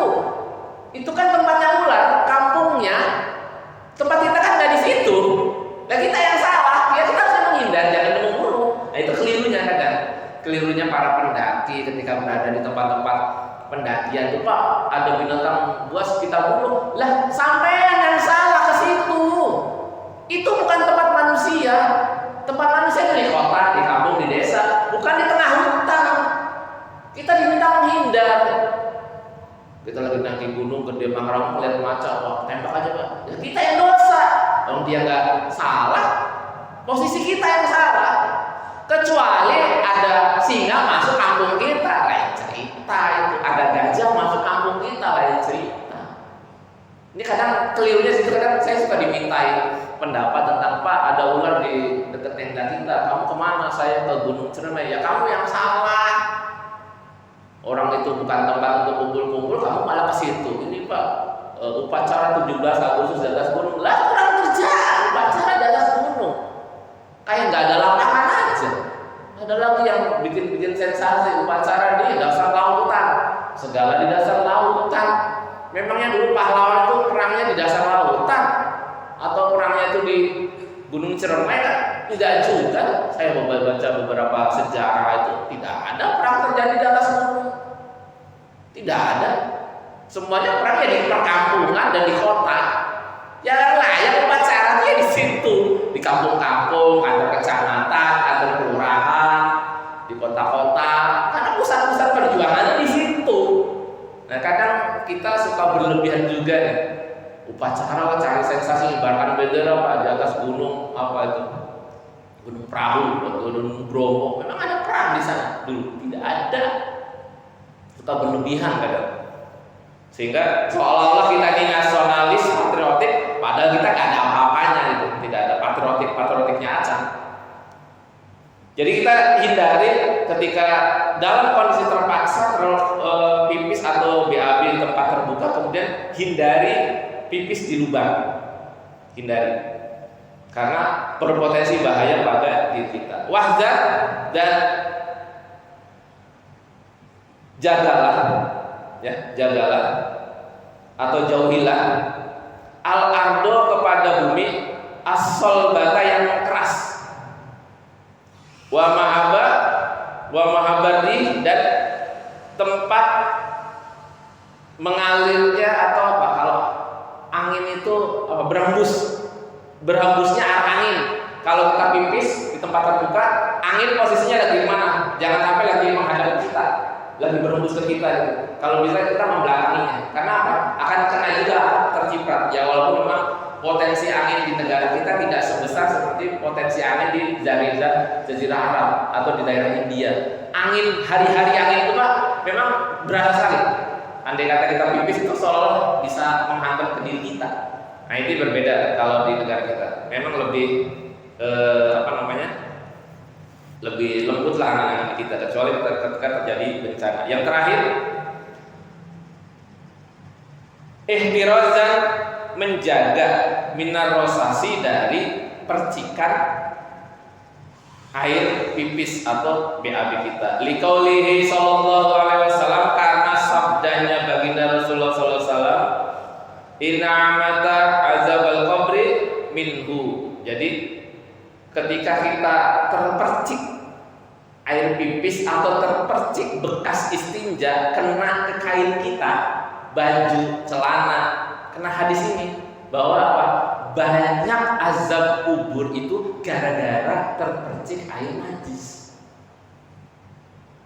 Pertama, memang redaksinya adalah menghukumi orang yang ketika BAB atau BAK tidak istinja, tidak membersihkan. Kalau dalam hadis yang warid itu, Rasul datang ke satu tempat, kemudian orang itu di dalam kuburnya sedang disiksa. Setelah ditanyakan, ternyata orang itu kalau pipis dia tidak cebok, kena hukum nih. Habis pipis nggak cebok, wudu sholat. Berarti kan dia bawa najis, dihukum sama Allah. Kenapa? Sholat dalam kondisi membawa najis. Begitulah kita, percikan air pipis kita ini berpotensi akan menggagalkan keabsahan dari sholat, sehingga Allah murka. Sholatnya kotor, sholatnya jorok. Maksudnya begitu. Ini orang sholat kok jorok sekali gitu maksudnya. Kata Allah, maka dihukum siksa kubur. Maka di redaksi ini dikatakan wattaqi, maka jongkoklah. Wattaqi, jongkoklah fi julusika, di dalam ketika BAB maupun BAK seperti yang kemarin saya praktekkan. Ini apabila terkondisikan.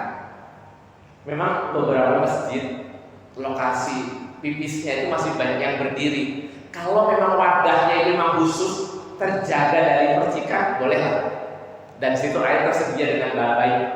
Tapi kalau tidak, posisikan Bapak masuk ke toilet tempat BAB aja, agar bisa dalam posisi jongkok dan kemudian aman dari percikan air yang kita khawatir ini percikannya. Saya yakinlah kita semua terbiasa dengan istinja, tetapi menghadapi potensi percikan ini yang sangat sulit. Kenapa? Ya tadi tempat-tempat tertentu memang belum terkondisikan untuk jongkok. Karena salah satu manfaat dari jongkok itu bukan kesehatan sebetulnya, adalah menghindari percikan. Jadi derasnya air yang turun dari kemaluan kita itu tidak terlalu keras sehingga tidak menyimpang kepada kita kalau kita jongkok. Gitu. Maksudnya seperti itu. Sudah bisa ya? Ini cukup dulu. Saya tahan di halaman 13. Barangkali ada yang mau ditanyakan, dipersilakan. Kalau tidak ada, kita lanjutkan kepada bab berikutnya. Baik, terima kasih. Ada masih silakan masih. Alhamdulillah kita ngaji rutin mingguan. Sebelum masuk ke materi, alangkah baiknya kita membaca Al-Fatihah. Al-Fatihah. A'udzubillahi minasyaitonirrajim. Bismillahirrahmanirrahim. Alhamdulillahirabbil alamin arrahmanir rahim maliki yaumiddin. Iyyaka na'budu wa iyyaka nasta'in ihdinas siratal mustaqim. Siratal ladzina an'amta 'alaihim ghairil maghdubi 'alaihim waladdallin. Amin.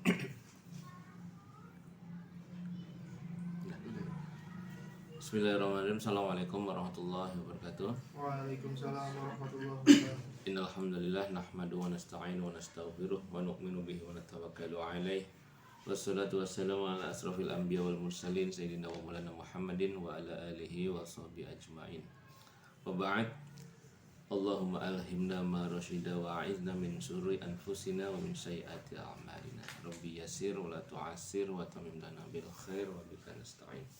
Sebelum mengaji kita mulai, marilah kita bacakan surat Al-Fatihah. Yang pertama untuk Syekh Ahmad Hashim Bik atas segala dedikasinya kepada umat dan dalam pengkaryaan kitab Mukhtarul Ahadits. Yang kedua, kita niatkan agar Allah Subhanahu wa taala melimpahkan nikmat iman Islam kepada saudara kita yang sudah hadir maupun yang berhalangan untuk hadir, dan mudah-mudahan bisa dipertahankan hingga akhir zaman. Al-Fatihah. A'udzubillahi minasyaitonirrajim. Bismillahirrahmanirrahim. Alhamdulillahirabbil alamin arrahmanir rahim maliki yaumiddin. Iyyaka na'budu wa iyyaka nasta'in ihdinas siratal mustaqim. Siratal ladzina an'amta 'alaihim ghairil maghdubi 'alaihim waladdallin. Amin. Mengulang pembahasan yang kemarin dulu. Bismillahirrahmanirrahim. Hadis ke-58.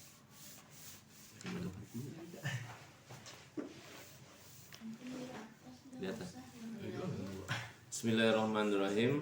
Idza aradallahu bi'abdin khairan faqahu fid din wa zahadahu fid dunya wa basarahu uyubah. Rawahu al-Bahaqi an Anasin. Idza arada, apabila berkehendak siapa Allah bi'abdin terhadap seorang hamba, khairan kepada kebaikan, faqahu, ya di situ pakai fathah ya. Faqihu apa faqahu? Faqahu ya. Faqahahu ya. Iya, ketutupan. Faqahahu, maka akan diberikan kealiman atau pengetahuan fiddin, di dalam, atau pemahaman di dalam agama.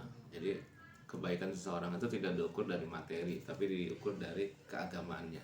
Siapa yang lebih baik, ya agamanya, yang berarti yang pengamalannya yang lebih baik. Para nabi itu disebut sebagai sebaik-baiknya manusia karena agamanya, bukan karena kekayaannya. Sulaiman itu orang terkaya di dunia, tetapi kekayaannya tidak ada apa-apanya manakala sudah dihadapkan dengan hidayah. ketika diberikan harta oleh Ratu Balkis, kata Sulaiman, sesuatu yang diberikan oleh Allah kepadaku lebih bernilai daripada harta yang kau berikan, yaitu apa? Nubuah, kenabian. Dan harta juga yang tidak membuat Nabi Isa walaupun sebagai manusia termiskin tidak membuat dia menjadi mati kutu atau mati gaya atau bahkan kehilangan pengaruh. Justru Nabi Isa itu pengaruhnya sangat luar biasa. Menurut suatu riwayat Nabi Isa sezaman dengan Nabi Yahya.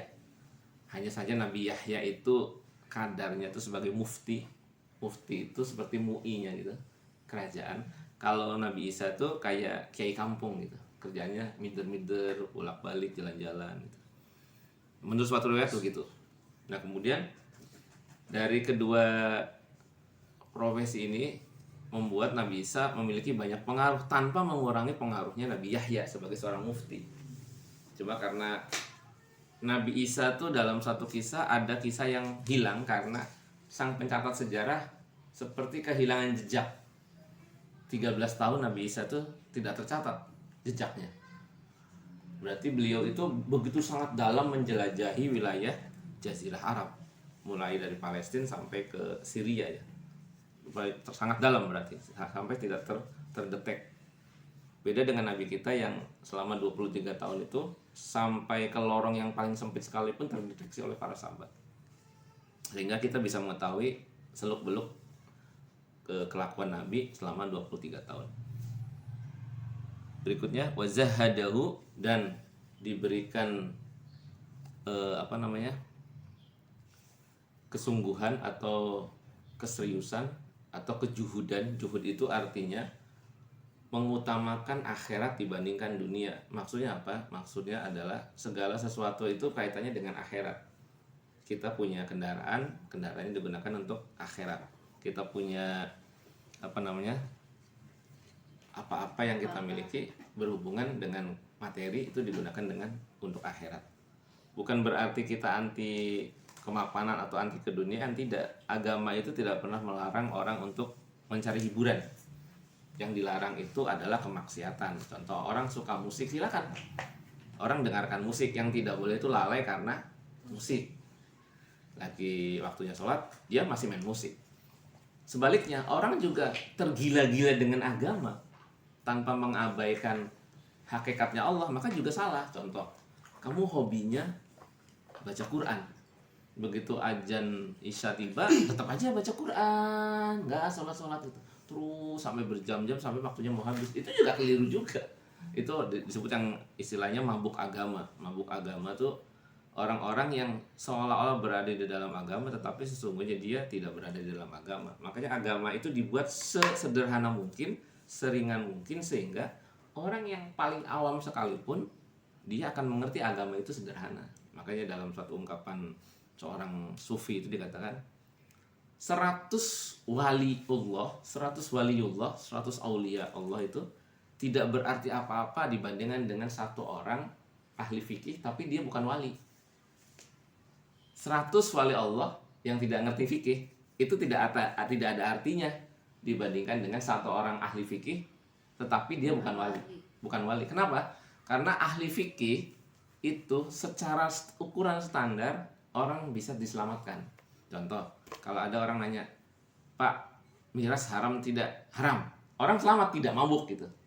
Tetapi kalau untuk wali Allah yang tanpa fikih, dia cenderung akan mengutamakan sesuatu yang sifatnya hakikat tanpa memperdulikan orang kebanyakan. Contoh, dia menyukai ngaji.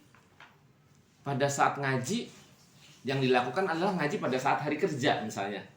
Ayo kita ngaji hari Senin jam 7. Lah kan orang kerja. Kalau dia mau nganggur misalnya gitu. Atau jadwal kerjanya antar siang. Yang begitu tuh nggak bagus. Baik tapi tidak bagus gitu. Kalau makanan mah halal tapi nggak thayyib. Ya, mie rebus itu halal. Tapi kalau masih panas tidak thayyib. Tapi juga tidak haram. Tuh uniknya hukum fikih itu gitu. Makanan yang tidak thayyib itu bukan berarti haram. Artinya hanya ditunggu saja waktunya gitu. Makanya kalau ada misalnya mengatakan ini makruh. Iya, bukan makruh, ya tidak haram aja. Tidak thayyib tetapi tidak haram. Tidak dihukum makruh juga. Kalau makruh ada potensi dosa. Contoh begini. Ketika kita memakan sesuatu yang halal, tapi mengandung kolesterol, statusnya hukumnya gimana? Kan tidak diharamkan kan, tapi untuk beberapa orang tertentu dicegah gitu. Nggak tahu ini. Iya, tidak toyib buat dia gitu maksudnya. Tidak toyib buat dia. Jadi semua yang halal itu ya harus toyib, tetapi semua yang toyib sudah pasti halal gitu. Tidak semua halal itu toyib, tapi semua yang toyib pasti halal gitu. Selama toyib dan halal ini ada, maka haram selamat. Tetapi kalau tidak bisa membedakan antara toyib dengan halal, kita yang diminta tuh halal dengan haram. Ini ahli fikih wilayahnya. Tapi kalau orang-orang yang diidentikan dengan wali Allah yang hidupnya itu hampir tidak wajar, karena tidak wajar memang betul ibadahnya itu dia istimewa tapi tidak bisa dihukumi untuk orang kebanyakan. Contoh ada seorang cerita wali Allah yang kalau sholat tuh selalu, walaupun datangnya pertama, sholatnya selalu di Serambi. Sholat Jumat datangnya pertama tapi sholatnya di Serambi. Di Serambi aja sholatnya, nggak ke dalam gitu. Kemudian ada lagi orang yang selalu datangnya pertama, wali juga, selalu duduknya di depan khotib. Duduknya depan khotib. Ketika ditanya kedua-duanya, yang duduknya di Serambi itu, kenapa kamu datang pertama kok nggak duduk di depan khotib kan itu? Kata yang ini, orang ini, aku malu sama Allah katanya. Kelakuanku masih belum beres tapi pengen duduknya di depan. Nah gitu. Nah terus berarti secara perspektif tertentu kan dia betul ya, karena dia punya rasa malu. Itu iman juga kan, berarti iman.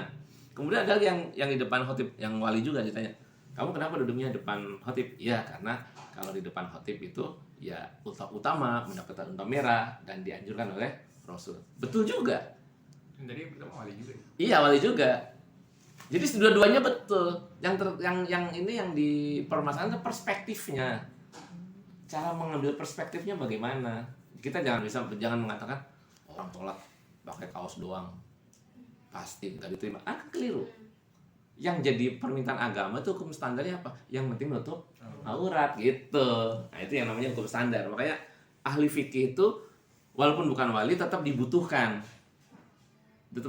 di masyarakat dibandingkan dengan 100 wali tapi tanpa bukan fikih ya, bukan ahli fikih. Karena kebutuhan dasar dari umat itu kepada ahli fikih. Wa basarahu uyubahu, dan Allah akan menutupi ya, akan menyembunyikan. Iya, menyembunyikan sama aja ya. Wa basarahu, dan Allah akan menyembunyikan atau menutupi uyubahu, aib-aibnya. Aib itu apa? Aib itu adalah sesuatu yang kita lakukan yang andai kata orang lain membicarakan di depan kita nggak suka. Itu namanya aib. Tapi bukan nggak suka dalam pengertian kebencian ya. Iya, misalnya kakak bilang sama Ageng, ada Rijal, Geng, rambutnya Rijal gondrong, jelek ya. Nah, kamu nggak suka, itu bisa dikatakan aib. Tetapi dalam perspektif tertentu yang kamu lakukan itu bukan aib, tapi suatu kekeliruan. Contoh, dia masuk TNI, rambutnya gondrong pasti nggak boleh kan, keliru. Yang tadinya hanya aib biasa jadi keliru. Tetapi ketika dia masuk ke teater, ketika ditanya, Jal, kenapa kamu gondrong? Seni. Kamu mendapat apresiasi tertinggi. Ya. Iya. Apresiasinya tinggi dia. Wah, ini orang paling ngerti seni ini. Rambutnya aja gondrongnya didandanin atau direbonin segala macam lah pokoknya. Keriting Iya. Karena teater itu seni gitu. Jadi tergantung tempat dan perspektifnya. Makanya agama itu didudukan dalam tempat yang benar. Contoh, menutup aurat itu sudah betul dalam ukuran standar agama minimal. Kalau laki-laki dari mulai pusat sampai lutut. Tetapi ketika kita nemuin Pak RT dari pakai celana buntung sampai batas pusat, kira-kira bagaimana? Ya, nggak sopan ya. Walaupun itu sudah menutup aurat, tetapi tidak sopan. Jadi ukuran benarnya iya benar, tetapi ukuran etikanya kurang. Dan agama juga mengedepankan etika gitu. Jadi harus sinkron antara hukum dasar dengan hukum etika gitu maksudnya. Jangan sampai kita hanya mengambil satu sisi aja. Yang penting ya begini, orang pikirnya begini, ya enggak, etikanya juga dipertimbangkan. Makanya banyak orang yang mengatakan kalau sholat Jumat sunnah pakai putih. Itu etika. Itu etika. Hukum wajibnya apa? Nutup aurat. Sholat Jumatan gitu. Jadi situ. Jadi ada yang diutamakan, ada yang dibelakangkan. Kalau dengan etika sama kebutuhan standar manusia itu yang didulukan mana? Yang didulukan itu kebutuhan standar. Contoh, menutup aurat itu kan wajib, ya. Ada perempuan tidak berkerudung, dia disebut nutup aurat nggak? Tidak berkerudung. Kalau kata Rene, enggak. Tapi dia pakai baju. Nah, kalau dikembalikan kepada asal hukumnya fikih, kita kan ditanya, dia pakai baju, fungsinya pakai baju apa? Ketika ditanya, kan buat nutup aurat. Tetapi tidak sempurna, itu aja. Jangan mengatakan, lah dia kan nggak menutup aurat pak, apa harus telanjang aja? Ya lebih salah lagi kan begitu. Gitu maksudnya. Menutup aurat tapi tidak sempurna. Berarti yang harus dilengkapi adalah kesempurnaan, bukan yang ditinggalkan. Kayak Allah mencela orang sholat, fawailul lil musallin. Celakalah bagi orang sholat. Nah itu orang yang sholatnya lalai. Ya udahlah nggak usah sholat, saya lalai. Sadar tapi sadar, saya lalai, saya lupa. Ya saya ngayap, pikirannya ngayap. Tapi sadar, sebetulnya itu keimanan. Paham nggak? Kan sadar ya, kan sadar gitu. Kan sadar, itu keimanan. Sebetulnya yang itu yang harusnya kita pelihara, kita jaga. Oh iya masih sadar gitu. Ternyata masih sadar. Oh iya sholatnya masih ngayal, masih sadar, masih bagus. Ya masih, ya artinya yang begitu tuh masih dapat kedudukan yang tinggi di mata Allah. Pertama dia menjalankan kewajibannya sebagai seorang hamba yaitu ibadah. Yang kedua dia sadar ibadahnya masih kurang gitu. Ibarat mau dihukum sama raja, mah kita udah ngaku duluan. Ya raja, tadi saya telat datangnya. Ya terserah sih mau dihukum enggak. Kira-kira raja mau kasih apa mau marah? Dia pasti nggak mungkin marah kan. Oh ini orang sadar kok gitu. Bukan nggak sadar gitu. Makanya nggak semuanya harus dihukum. Maka dalam kaitannya ibadah, kenapa harus disinkronkan antara hakikat, syariat, dan makrifat?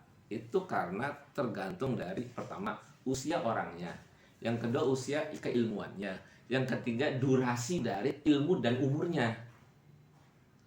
Saya dulu belajar itu udah tua, udah 21 tahun, tapi punya guru 12 tahun pelajaran tauhid.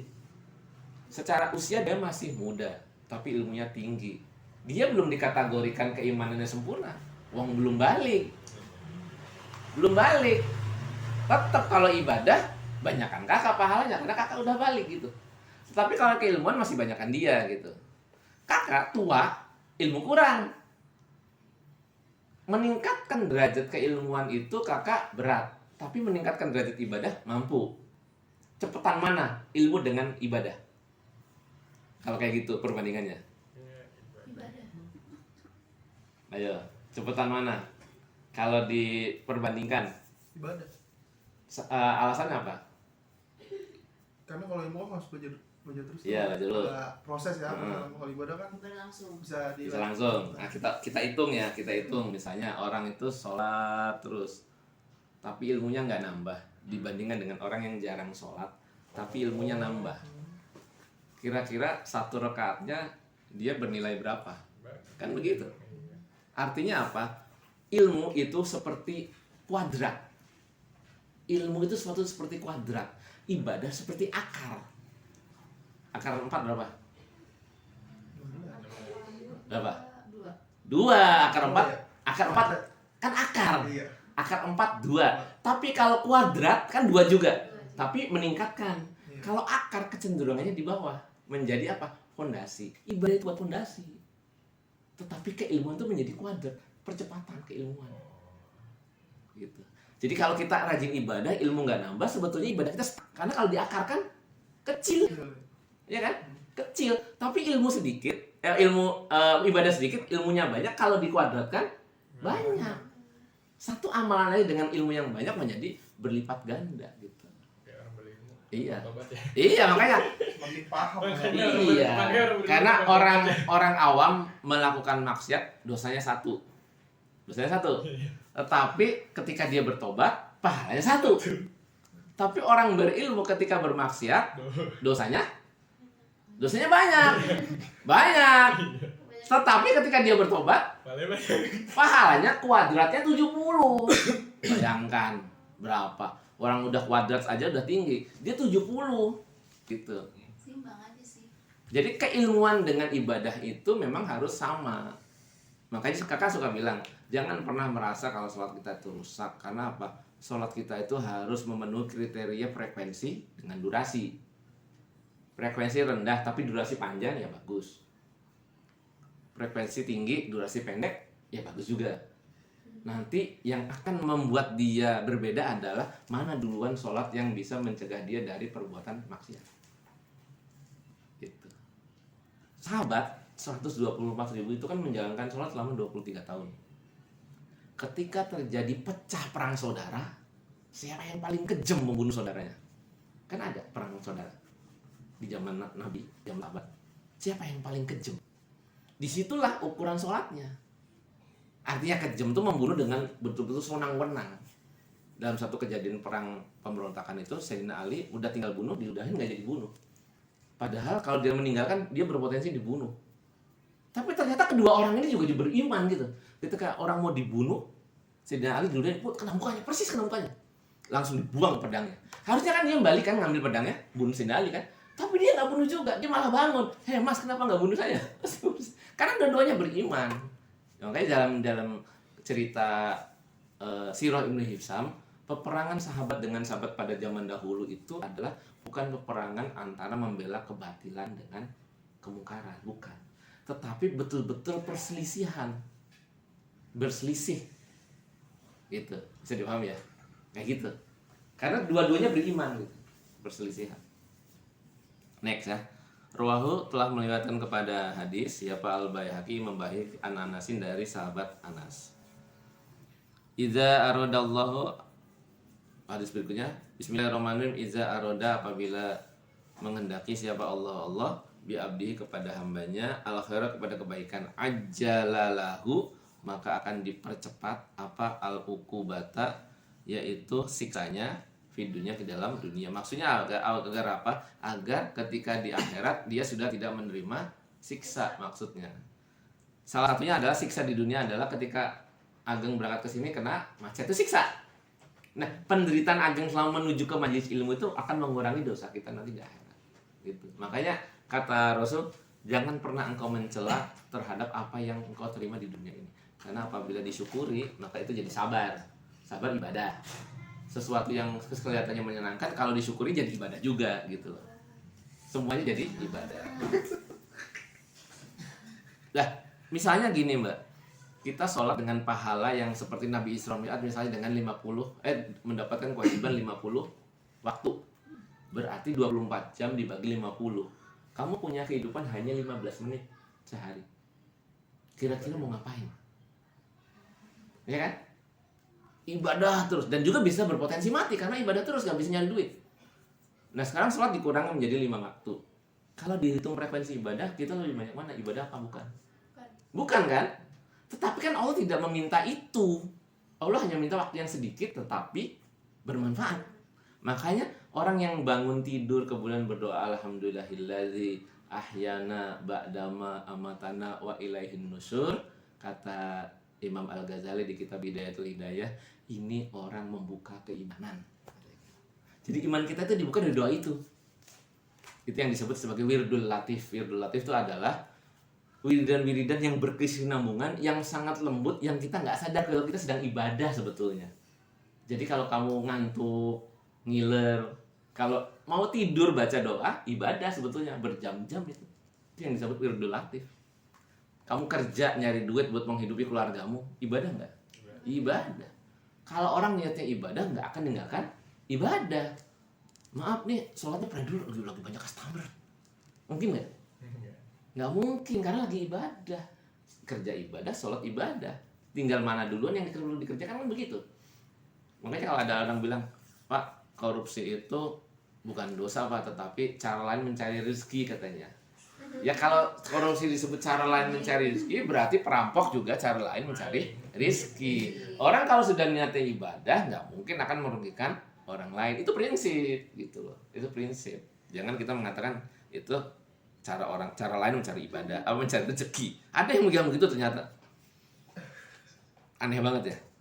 Wa iza arada, dan apabila menghendaki siapa Allah bi abdi kepada hambanya asyara kepada kejelekan, amsak maka akan menahan anhu darinya bizambihi dengan dosanya. Jadi kalau kita pengen mencuri, kita akan bilang jangan dosa. Padahal dosa nggak bikin benjol. Iya. Di dunia belum. Iya, orang sholat nggak bikin muka kita bercahaya, paling ya malah hitam kan? Itu mukanya hitam. Kalau sholatnya kepentok tiang gitu. Belum sujud Iya. Digesek-gesek. Dia pas itu cerai kali ya. Gila ya. Hatta sehingga yuwafa akan mencegah ya. Hatta sehingga yuwafa bihi yaumal qiyamati akan sampai, akan cukup maksudnya, akan mencukupi bihi dengannya dengan penderitaan tersebut yaumal qiyamati di dalam hari kiamat memadai untuk ditutupi. Jadi ketika hari kiamat itu nanti kita seumuran, ketika dibangkitkan kehidupan yang kedua kita semua seumuran. Sampai ke kakek buyutmu, sampai ke nabi. Iya, seumuran, kita seumuran. Hanya saja kita nggak ada yang apal. Walaupun kamu di sini tidurnya bareng, ketika di sana akan dicabut memorinya. Ketika kalian berperkara di pengadilan Allah, baru kenal, ingat, oh iya itu istri saya. Kamu kenal ini? Iya itu suami saya. Menuntut apa? Apa yang mau dituntut kan gitu? Oh iya suka mukul. Nah kan nanti berpengadilan tuh, divonis. Begitu kembali lagi ke tempat semula, lupa lagi, dihilangkan lagi. Makanya kalau kata Imam Ahmad bin Hanbal, Rasul pernah bersabda katanya, siapa yang di dunia mau memaafkan? Saya Rasul. Kata Rasul, aku udah duluan. Berarti aku yang kedua? Iya. Karena nanti di akhirat semua orang itu akan dipertontonkan kesalahannya. Tiba-tiba yang salah itu nyelonong masuk surga. Tiba-tiba. Kata yang bikin kebaikan tuh, ya Allah, itu kok orang nyelonong aja ke surga katanya gitu. Kan katanya dia banyak kesalahannya. Iya. Tetapi di dunia dia sudah saling memaafkan katanya gitu. Jadi penting. Makanya deklarasi itu penting. Makanya kemarin kita kan pernah nanya kan masalah hutang. Deklarasi pembebasan juga penting, deklarasi hutang juga penting. Maksudnya deklarasi pengakuan agar selesai di dunia gitu. Makanya ada pernyataan kalau orang meninggalkan, barang siapa yang punya hutang, ya harusnya redaksinya dirubah.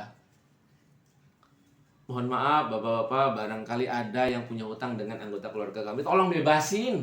Harusnya redaksinya dirubah. Kita nggak mau bayar, gitu loh.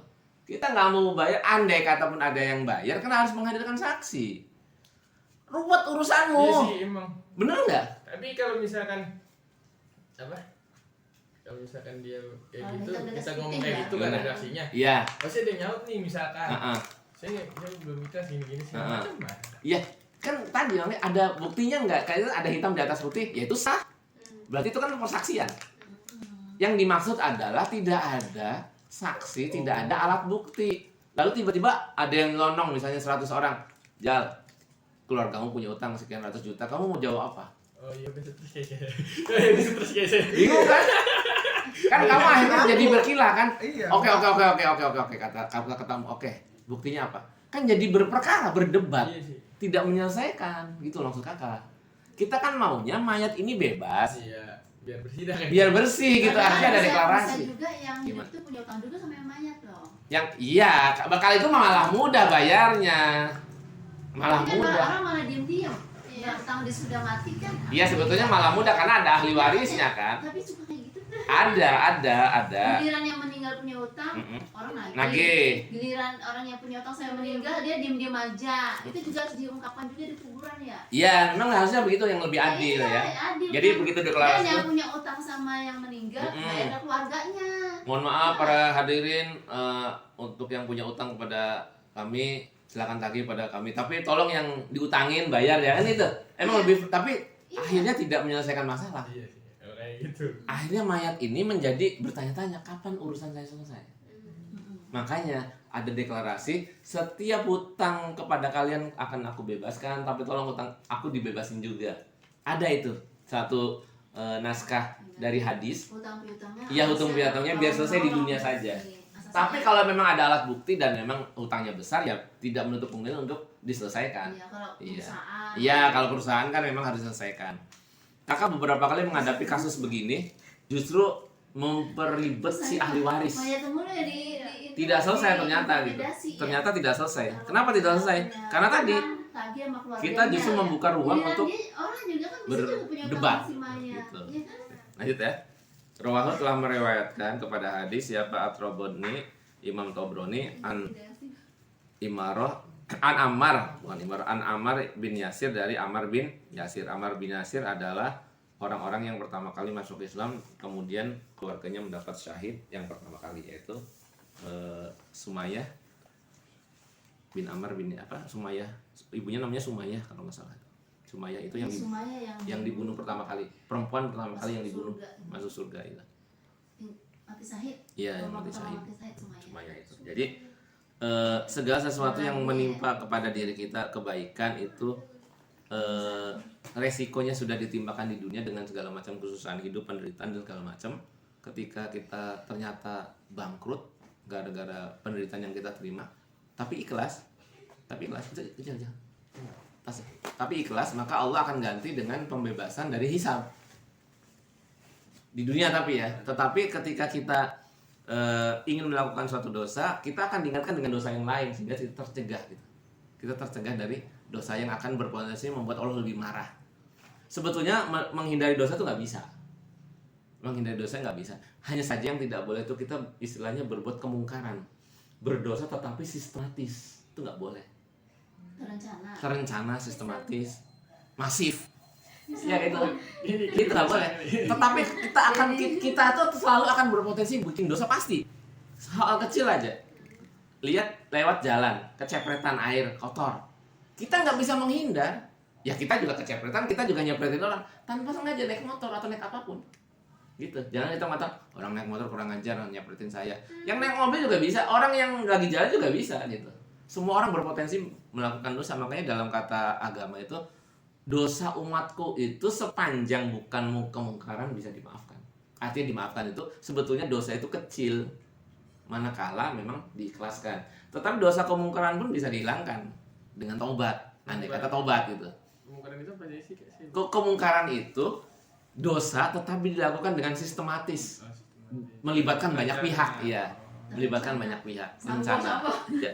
Dan terus-terusan. Ya, andai kata orang yang kalian sebut itu tiba-tiba mualaf, selesai loh dosanya. Kemudian mati, misalnya dihukum mati misalnya, selesai malah dosanya. Kita mau ngomong apa? Masa kita mau protes, mau demo, kan nggak mungkin. Itu hak suka-sukanya Allah. Nggak bisa. Orang yang dihukum mati itu dipenggal gitu semua. Ditembak, kalau di Indonesia tembak. Yang dipenggal juga di Arab, kalau di Arab. Teknik penghukuman mati itu kan macam-macam. Nah itu gimana, dia masih dihisap nggak? Siapanya si penghukum mati? Yang Bunuh si Algojonya. Yang dihukum. Yang dihukumnya selesai ketika dihukum di dunia. Kan sudah setimpal. Maka dulu saya pernah cerita tentang kasusnya anaknya Sayyidina Umar yang mabok. Kemudian setelah mabok melakukan hal dosa yang lebih besar lagi, berzina sampai punya anak. Kemudian udah gede anaknya, orang itu ngaku si perempuan itu, dan akhirnya anaknya Sayyidina Umar nggak bisa ngelak. Dia dirajam akhirnya.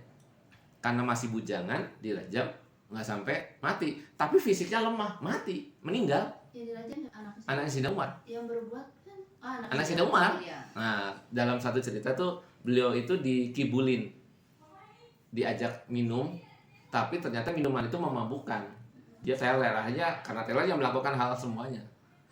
Di dalam mimpinya Sayyidina Umar, beliau bermimpi anaknya itu lagi digandeng sama Rasul dengan menggunakan pakaian hijau, menandakan dia sudah diterima tobatnya. Nah, kemudian anak hasil zinanya itu lahir, udah gede, disematkanlah atas nama kakeknya untuk melindungi martabatnya anak ini. Dan kemudian di dalam kisah selanjutnya, anak ini adalah orang yang memimpin peperangan Yamamah. Dalam satu cerita, ada yang mengatakan dia tidak memimpin di peperangan Yamamah, tapi masuk ke ajang perang Yarmuk yang dipimpin oleh Khalid, dan kemudian syahid di sana. Anaknya itu. Nah, kalian bisa cari tahu tentang anaknya dari anaknya Sayyidina Umar yang kemudian menjadi pejuang Islam. Karena apa?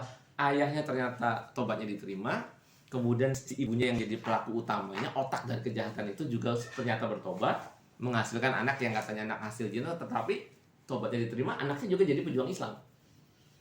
Karena semuanya sudah Allah rencanakan menjadi kebaikan, coba jadi baik gitu. Iya kan? Bayangkan seorang besar seperti Fir'aun, orang besar seperti Fir'aun, masih Allah harapkan keislamannya. Kata Allah kepada Musa, datang kepada Fir'aun dengan kata-kata yang baik. Artinya Allah mau Fir'aun tuh masuk Islam sebenarnya, artinya mau bertobat. Cuma karena ada yang namanya disebut ikhtiar, pilihan, ternyata Fir'aun jiwanya lebih memilih kepada kekafiran, maka ya Allah tidak bisa memaksakan. Jadi walaupun memang semuanya sudah terkungkung dalam takdir, tetapi memang ada takdir yang diketahui dan yang tidak diketahui.